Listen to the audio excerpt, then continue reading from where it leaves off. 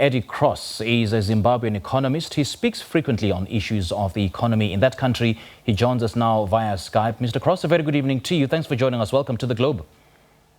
Good evening. Thanks for having me. Now, is President Mnangagwa's claims that the economy is on the mend despite setbacks brought about by the COVID-19 pandemic an accurate reflection of the socio-economic life as we know it in Zimbabwe? I mean, how would you juxtapose your observation and his claims? I think in the last 2.5 years, very substantial progress has been made.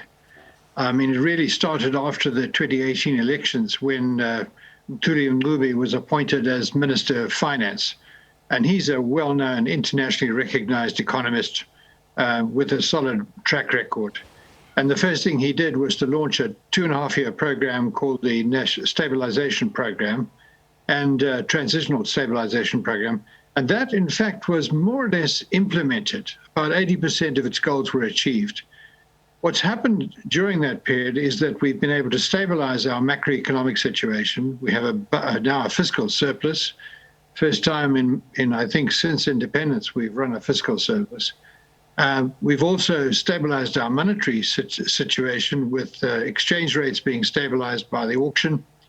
And most recently, we've been able to pull down the inflation rate, which last year was running at over 800%, and is currently running at 2.5% per month. These are major achievements. And I think the economy has now started to respond. And my view is that 2021 is actually going to be a year of significant growth.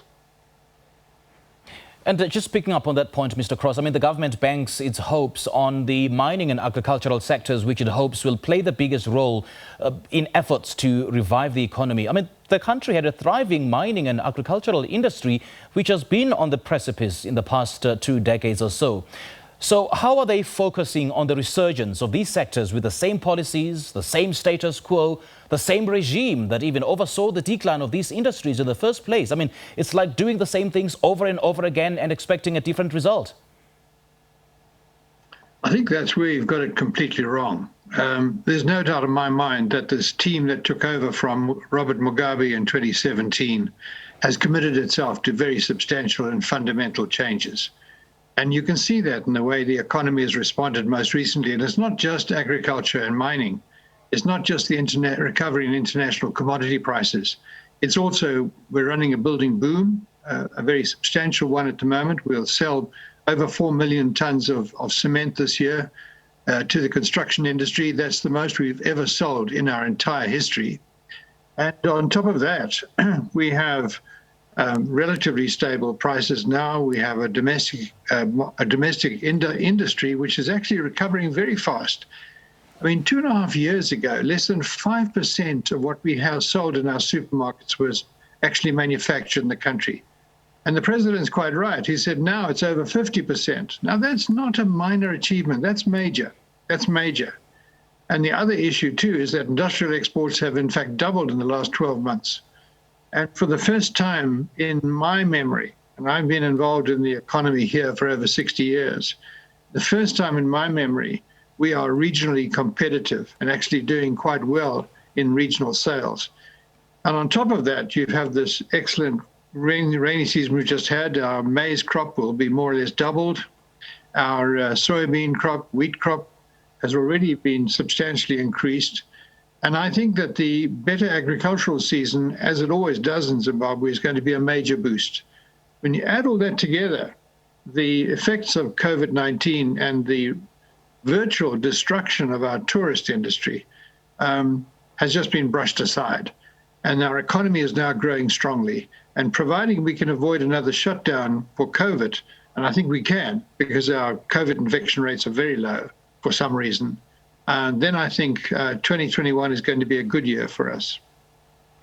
Well, the recent African Development Bank reports, quotes, and I'm going to read the report in part. It says, The modest economic recovery projected in 2021, Mr. Cross, is, if effective measures are taken to stabilize foreign exchange and avoid excessive money creation. But the outlook is clouded by a number of factors. I mean, the industrial and mining sectors are equally faced with reduced competitiveness, with low commodity prices and interruptions in electrical service that disrupt output. So I'm quoting this report in response to your assertion that the country's economy is now regionally competitive. They're talking nonsense. They don't know what they're talking about. I'm really serious about that. We've had no power cuts, no significant power cuts for the last year. And with the water levels in Kariba being where they are and the way the lake is rising, I don't think we'll see significant power cuts for the rest of this year. And on top of that, the story about the exchange rates and so on, they're just way behind the realities. Exchange rates have been stable for the last 9 months. The effective devaluation in prices is very little. I would say more than half our domestic business is done in US dollars, and in US dollars there's been no inflation whatsoever. If you combine the domestic inflation rates for the local dollar and the US dollar, our inflation rates are even lower than what I've just stipulated. So really, they're way behind the game in this respect. In fact, I've lost a lot of faith in all the multilateral agencies. I think the IMF has not given us adequate recognition for the progress made. I think the World Bank analysis of our economy this year is simply going to prove to be totally wrong. And anyway, that's where I stand. Okay. And I'm not alone. I think real businessmen in Zimbabwe are beginning to say the same things. Okay. Now, President Mnangagwa blamed private companies for, I would say, undermining his efforts to turn around an economy plagued by a 3-digit inflation. And he also blamed the largest mobile phone operator, Econet Wireless Zimbabwe, for undermining the currency through its mobile money services. So am I correct to suggest, Mr. Cross, that these outbursts from the president are in fact undermining the country's agenda of transforming Zimbabwe to a private sector-led economy as premised in its economic blueprint? And I'm actually glad you touched on it earlier on, the Transitional Stabilization Program that was launched in 2018. Yeah. I think the story about our national electronic communications system, Econet, what we found last year was that they were using their platform to trade on the parallel market for foreign exchange. And this was driving rates down in the parallel market, unjustifiably. And we stepped in and we stopped them doing that. They have a network of about 70,000 agents working on the street, and they authorized these agents to buy foreign exchange virtually on an open book and squared up with them in the evening, every evening, when they cashed in their US dollar purchases. And in February last year, more than $3.7 billion was done through that system in 1 month. When we found that was happening, we actually put an end to it. And we even threatened the company with legal action if they didn't comply with our instructions. Since then, they've been playing the game. So that's not an issue anymore. Insofar as the other allegation about businessmen not really supporting the recovery program, I think the president's got to give businessmen here some leeway. We have been wiped out from a business point of view several times in the past 20 years. Yeah. In fact, it's been unbelievable. Hyperinflation, I had a big business. I employed 2,500 people. In 2008, we were wiped out by hyperinflation and by the devaluation of the dollar. And we've got long memories. And businessmen simply don't trust the government. And you can only build trust over time. I keep on saying to my colleagues, it's a different game today. Things have changed, and things will continue to change. And I can see a much better prospects for us now than I did a year ago. Yeah. They find me a little bit too optimistic. Mm-hmm.